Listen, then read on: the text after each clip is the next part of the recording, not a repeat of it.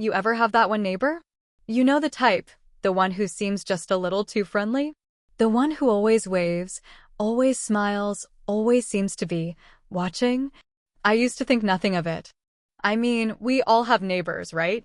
People we barely notice, just part of the background of our everyday lives.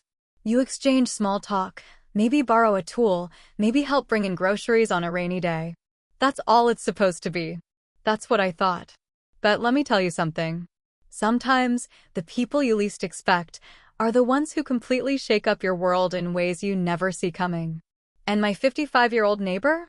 Oh, he was full of surprises. It started small, innocent, even. A friendly gesture. A harmless conversation. Nothing I would have thought twice about. But looking back now, I see it. I see all the signs. The subtle looks. The way he positioned himself near me. The way he always seemed to know when I was home. And then, there was that moment. That one moment where everything changed. When a simple, everyday situation turned into something that left my heart racing, my stomach in knots, my mind screaming, "What the hell are you doing?" I never imagined myself in a situation like this. Not me. Not my life. But when you've been unseen for so long, when you've been starving for connection, for attention, for something real, sometimes you don't even realize you're slipping until it's too late. And trust me, it was too late. What happened next? Let's just say I still think about it every day. Before I tell you, make sure you subscribe to Shocking Infidelity Saga. You don't want to miss what comes next. I never thought much about my life before it happened. It was just routine. Mornings blurred into evenings, days into weeks. Wake up, make breakfast, go to work, come home. My husband and I barely spoke beyond the necessary words. Conversations were practical, grocery lists, bills, what time we'd need to pick up the dry cleaning. At night, we'd lie in the same bed, but the distance between us was more than just the space on the mattress. I could feel it in his touch when he did touch me. It was mechanical, obligatory, like checking something off a list. Sometimes I'd watch him scroll through his phone for hours, lost in some world I wasn't a part of. I tried to convince myself that this was normal, that love eventually settles into something quieter. But quiet can feel like a cage when you've been locked inside for too long. And then there was him. My neighbor. At first glance, he was just another man. Middle-aged. Fit for his age, in a way that made you take a second look. He always had this energy about him, like he was moving through life with purpose. Unlike my husband, he noticed things. If I changed my hair, he'd comment on it. If I looked tired, he'd ask if I was okay. It started small. A smile when we passed each other in the driveway. A quick joke when we took out the trash at the same time. An easy kind of conversation that felt like a break from the monotony of my day. I told myself it was nothing. But then, there were the moments that lingered. Like the time he held my gaze just a little too long when he said goodbye.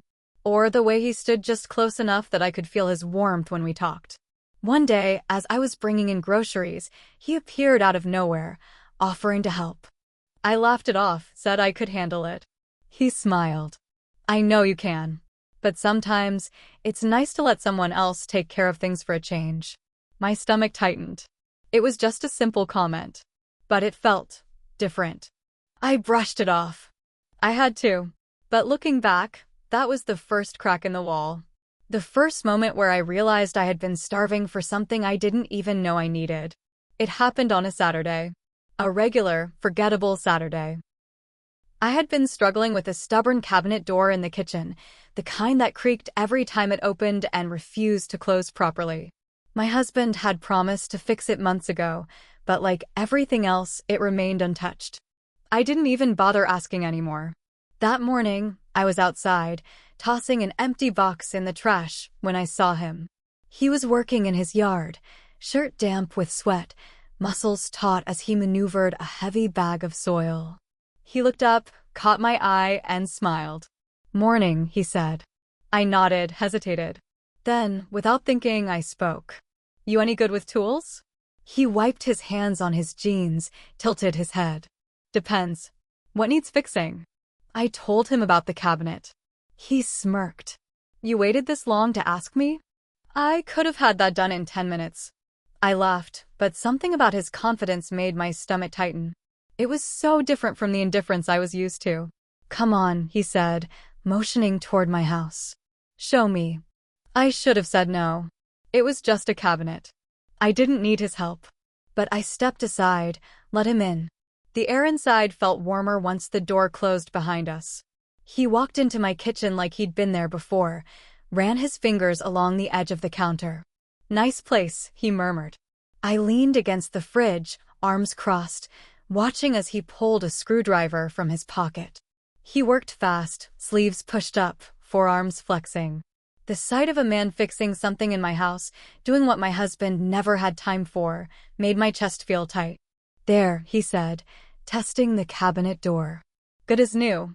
I expected him to leave, but he lingered, leaning against the counter. "So, how's life treating you?" It was such a simple question, but it caught me off guard. My husband never asked things like that anymore. I hesitated. "It's fine." He arched a brow, like he knew that wasn't the truth. Something about the silence between us felt loaded. Charged. Like something unspoken was stretching thin between us, ready to snap. And then he said it. "You ever feel like you're invisible?" My breath hitched. I swallowed. "Sometimes." He nodded, like he understood. Like he had felt it too. A moment passed. Too long. I turned away, busying myself with a dish in the sink, pretending my hands weren't shaking. "Thanks for the help," I said, voice too even. He exhaled, a quiet sound. Then, soft but firm, "You deserve to be seen." I didn't turn around. I couldn't. When the door closed behind him, I let out the breath I didn't realize I was holding. It was just a cabinet. Just a conversation. But something had shifted. That night, lying beside my husband, staring at the ceiling, I kept hearing those words. "You deserve to be seen." I had never realized how much I needed to hear that. I told myself it was nothing. A passing moment. A few words. But that night, I couldn't sleep. My husband lay beside me, his back turned, his breath steady. I should have been used to the distance by now, the quiet separation that had settled between us like an unspoken agreement. And yet, my mind was somewhere else. With someone else. "You deserve to be seen." The words lingered, looping in my head. Not because of what he said, but because of how it made me feel. I tried to push it away, to forget, to pretend it hadn't meant anything. But the next morning, as I stepped outside to water the plants, my eyes instinctively flickered across the street. Searching, and there he was. He wasn't doing anything unusual, just leaning against his truck, sipping coffee. But the moment he saw me, he smirked. A subtle, knowing look. I felt my stomach tighten. I should have just gone back inside. Should have pretended I didn't see him. Instead, I lingered. He didn't call me over. Didn't make a move. He just waited. And somehow, that was worse. Before I knew it, I was walking across the street, coffee cup still in my hand. "Morning," I said, casual. "Morning." His eyes held mine a second too long. "How's the cabinet holding up?" I laughed, but it came out thinner than I expected. "Good. You do solid work." He shrugged, took a slow sip of his coffee. "I try." There was a quiet moment, the kind that should have felt normal. But it wasn't. Because suddenly I was aware of everything. The way he shifted slightly closer. The way his arm brushed against mine, so light it could have been an accident, but wasn't. A warmth spread through me, something dangerous, something thrilling. I should have stepped back. I didn't. Instead, I stayed. Let the moment stretch just long enough to mean something. That's when I realized I was waiting. Waiting for the next interaction. The next excuse. I started finding reasons to step outside more often. Taking out the trash when I knew he'd be in his driveway. Watering the plants twice a day, even when they didn't need it. And every time, without fail, he was there. A comment here. A teasing remark there. Nothing inappropriate, nothing I could point to as wrong. But it was in the way he looked at me. Like he knew. Like we both knew. I told myself it was harmless. Just friendly conversation. Just a little attention. But at night, when my husband barely looked up from his phone, when the silence of my house felt heavier than ever, I felt it creeping in. That ache, that longing, that craving for something I wasn't supposed to want. And the worst part? I knew exactly where to find it. It wasn't supposed to go any further. That's what I told myself. But boundaries don't break all at once. They bend, slowly, quietly, until one day you realize they were never really there at all. It started with an invitation. "Hey," he said one afternoon, leaning against his truck. "A few of us are going to that new brewery downtown tonight. You should come." I hesitated. "I don't know." He smirked. "Come on, it's just a drink. You need a night out." I did. God, I did. But I wasn't stupid. I knew what this was. Still, when my husband barely acknowledged me that evening, eyes glued to his laptop, I found myself typing out a text. "Might stop by for a bit. Who else is going?"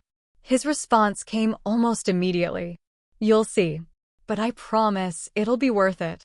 And that's how it started. I told myself I was just going to be social, just to have fun. But when I walked into that dimly lit bar and saw him standing there, drink in hand, looking at me like I was the only person in the room, I knew better. The group was small. A few neighbors, some of his friends. But it didn't matter. Because every time he laughed, he glanced at me. Every time he told a story, his body angled toward me. And when I excused myself to go outside for air, he followed. The alley was quiet, the streetlights humming above us. "Having fun?" he asked, leaning against the brick wall. I exhaled, laughing softly. "I think so." He tilted his head. "You don't do this often, do you?" I shook my head. "Not really." He studied me for a moment, something unreadable in his expression. "You should." Something in the way he said it made my pulse stutter. I should have walked away then. But I didn't. Instead, I let the silence stretch, thick with something unspoken. Then he said it. Soft. Low. "You ever think about what it would be like?" My breath caught. "What?" He didn't clarify. He didn't have to. The space between us was too small now, the heat between our bodies undeniable. I should have moved. I should have left. Instead, I stayed. The moment stretched, heavy, charged. His fingers brushed against mine, barely there, but enough. Enough to set my entire body on fire. A car honked in the distance. A door opened somewhere. I jolted back, reality crashing in. I shouldn't be here. I shouldn't want this. I mumbled some excuse, turned, and walked away. But as I left, I felt it. His eyes on me. A question left hanging in the air between us. One that I wasn't sure I wanted to answer. I avoided him for days. Didn't step outside when I knew he'd be there. Didn't glance toward his house. Didn't let my thoughts wander to the way his fingers had brushed mine, the way his words had lingered in my mind long after I walked away. But avoiding someone doesn't make the feeling disappear. It only makes the longing sharper. And then, one evening, it happened. It had been raining all afternoon, the kind of steady, quiet drizzle that made the world feel softer, slower. I had just stepped outside to bring in a potted plant when I saw him. He was standing on his porch, watching me. I froze, hand tightening around the wet ceramic. I should have gone inside. Should have closed the door, pretended I didn't see him. Instead, I hesitated. And in that hesitation, he moved. Crossed the street. Walked right up to me, rain speckling his shirt, darkening his hair. We didn't speak at first. Just stood there, the sound of water dripping from the eaves filling the silence. Then he exhaled. A slow, steady breath. "I can't stop thinking about you." My heart slammed against my ribs. I should have stopped him. I should have shut this down. But I didn't. Because I had been thinking about him too. Every moment. Every look. Every brush of skin that lingered longer than it should have. I swallowed, forcing my voice steady. This isn't a good idea." He took a step closer. Just one. But it was enough. "Tell me you don't feel it," he murmured. "Tell me you don't want this." The words sent a shiver through me. I couldn't say it. I couldn't lie. Because I did want this. Desperately. The weight of it pressed against my chest, my skin buzzing with the nearness of him, the heat radiating off his body despite the cool dampness in the air. Then, suddenly movement. A car pulled into a driveway down the street. A door slammed. Reality slammed into me just as hard. I took a sharp step back, breath unsteady. This could ruin everything, I whispered. His jaw tensed. His eyes darkened, something unreadable flashing behind them. I turned without another word, heart hammering, and went inside. Locked the door. Pressed my forehead against the cool wood, squeezing my eyes shut. I had almost done it. Almost crossed the line. And the scariest part? I wasn't sure I wouldn't cross it the next time. I avoided him after that night. Really avoided him. No more lingering outside. No more stolen glances. If I saw him coming, I turned the other way. If I heard his truck pull up, I stayed inside. But no matter how hard I tried to distance myself, I could feel him. Even when I wasn't looking, I knew he was watching. Not in a threatening way, not in a desperate way, just waiting. And that was worse. Because every time I passed by my window, I had to fight the urge to look. Every time I stepped outside, I had to force myself not to scan the street. Every time I heard his voice from a distance, something deep inside me twisted in a way I didn't want to admit. But I had made a decision. I had to make it. I told myself I wasn't that kind of person. I told myself that night was a moment of weakness, nothing more. I told myself I could fix this. So I threw myself into my routine. I cooked more. Cleaned the house obsessively. I tried, really tried, to be present with my husband. But that's when I realized something even worse. I wasn't the same anymore. And he noticed. One night, as I was loading the dishwasher, he leaned against the counter, watching me. "You've been quiet lately." I paused, heart skipping. "What do you mean?" He shrugged. "Just different." I forced a laugh, brushing past him. "I've been busy." "Busy with what?" His tone was light, but there was something else beneath it. I swallowed. "Just things." He nodded slowly, but his eyes lingered on me for too long. I could tell he didn't believe me. And then, something unexpected happened. Later that night, as I was lying in bed, staring at the ceiling, he reached over. Not for his phone. Not out of obligation. For me. His fingers traced my arm, hesitant at first, then sure. His lips brushed against my shoulder, warm and familiar. For the first time in a long time, my husband wanted me. And for the first time ever, I didn't want him back. I closed my eyes, pretending to be asleep, pretending not to feel the guilt curling in my stomach like a fist. I should have felt relieved. I should have been grateful that he was trying.